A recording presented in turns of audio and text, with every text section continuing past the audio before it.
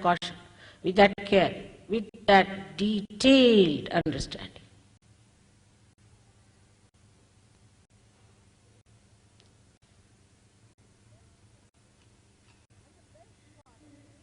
And the best part of it, that when you are doing it, you get choice, immediately rewarded. For example, doing all this, you must have all enjoyed, no doubt. Anything that you do in the name of God is immediately rewarded. The subtlest of subtle in the form of joy, and grossest of grossest in the form of all kinds of things. So why not do it something with complete understanding, meticulously, carefully? Why not? With full attention and concentration. Because the reward is joy. Ultimately, what do we seek is nothing but joy.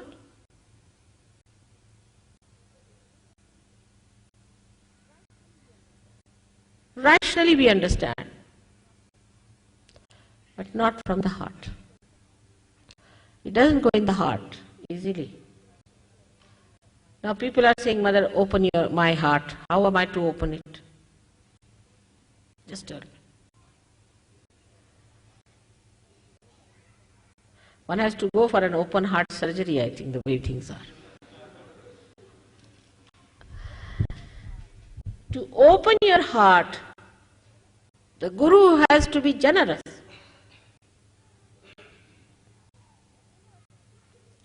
Whatever these other gurus are doing, just the opposite of that.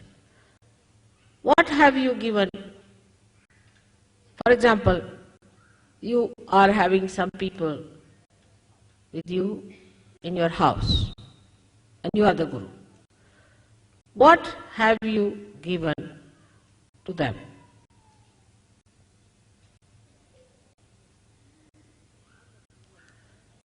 On material level, let us see. Then on physical level, have you ever massaged their head? I have massaged so many people's head. At least 50% of you had that.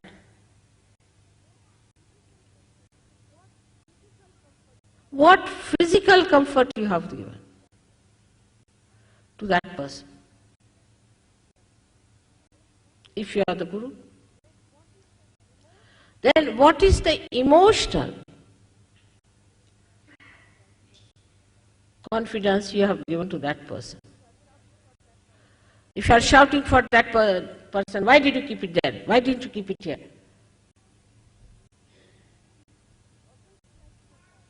Also it is vice versa among human beings. If you try to be nice to somebody, that person becomes ego-oriented. Dangerous stuff, you know.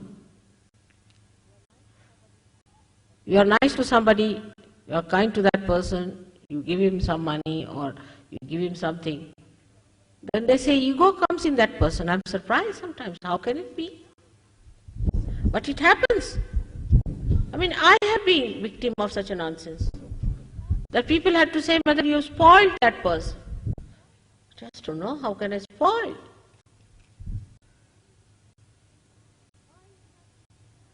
Why it happens? Because human beings have another great quality, that they cannot understand that anybody can care for them, because they cannot care for anyone. Anybody cares for them, they become egoistical.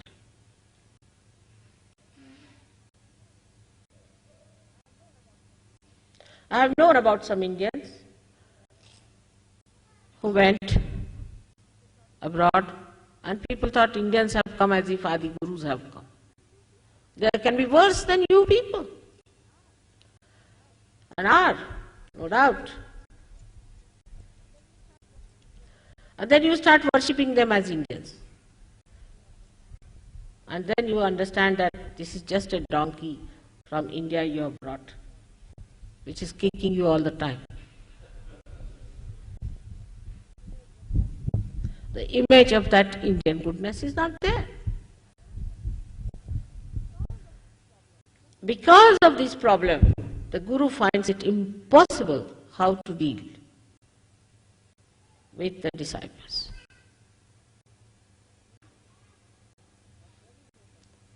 But there is a solution. Leave it to your mother, and I'll put them right. All such problems, you can leave it to me. When people try to take advantage of you or take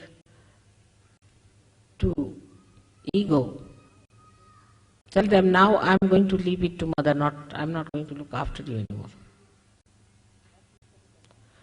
That will settle them right. They do not know that this cosmic consciousness is also very mischievous. It has lots of mischiefs up its sleeves. And it can work out such mischiefs that people are amazed and aghast. So all such problems, if you cannot deal, you can leave it to me. And another one is to their Kundalini, to tell them that they are catching on this or catching on that. It's your duty to tell them that you are catching on your ego. Better be corrected. Now, all of you can become gurus. Every one of you can become gurus. And can develop that great capacity to be one with that cosmic consciousness, completely out of the clutches of the gravity of the earth, materialism. Without achieving that, you have no right to tell anybody what is to be done. First, it should be your practice and precept in your own life, in your own example. And then, your example is sufficient to convince others. Today, through this understanding that you have to rise about the gravitational force of materialism, which is today's religion everywhere, whatever they may call it, whether it is communism or capitalism or democracy or democracy, whether it is Christianity, Hinduism, Islam or any other nonsense, all of that is nothing but materialism in its all absurd forms. Kundalini is the only thing that can take you like the stalk of the lotus out of this mud of materialism.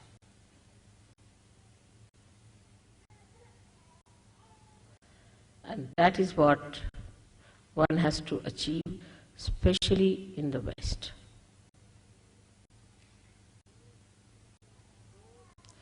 It goes into subtle and subtler and subtlest forms. So be on the lookout, and ultimately it expresses itself as ego. All materialists are egoistical, racist,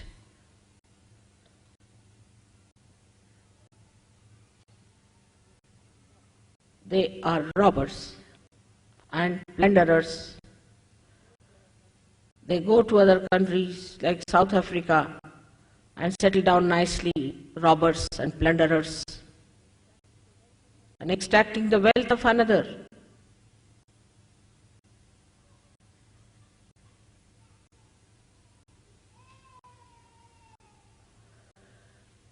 All this can become very sophisticated and beautified. We have to fight that, but to fight that we have to get out of it completely. Otherwise we cannot fight it when we are in it. So all of us should try to get out of it fully. It does not mean that you should all take out your clothes and say that we have given up everything. That's another style it has started now. It means that you respect all that is beautiful. You respect all that is good. But you are not dominated by anything. You are not in the clutches of anything. If I want, I can wear a gold chain, otherwise nothing. Doesn't bother. I don't care. That should be the attitude. If I have, or if I have to, I will.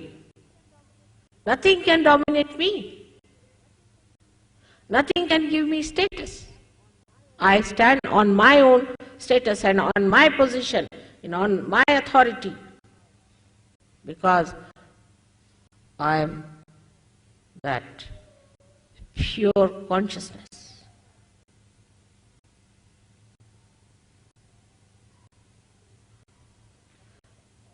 Nothing can spoil me. Nothing can bring me down. Nothing can bow me. I cannot make anyone dominated by me either.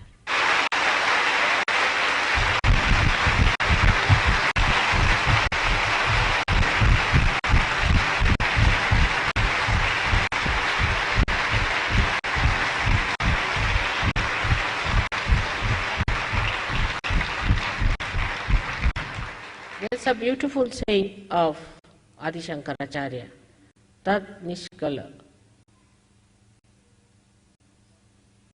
about Brahma Tattva. I am that Brahma. On that. If you have, let me see.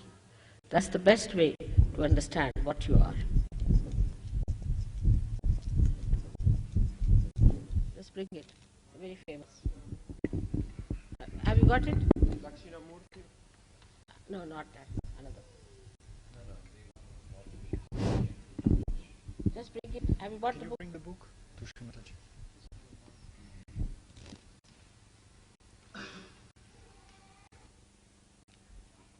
My chashma is in the purse is where.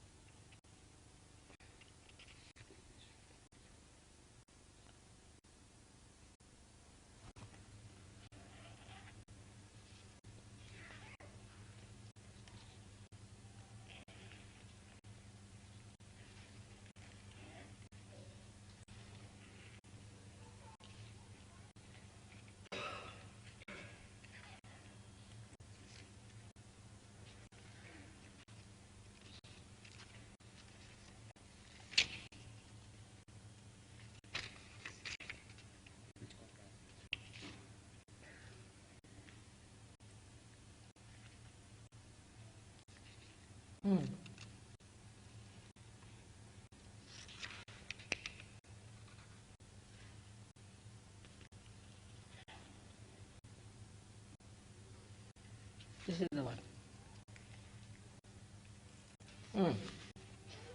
Nirvana should come. This one is the one. You just read it in English language. I don't need it.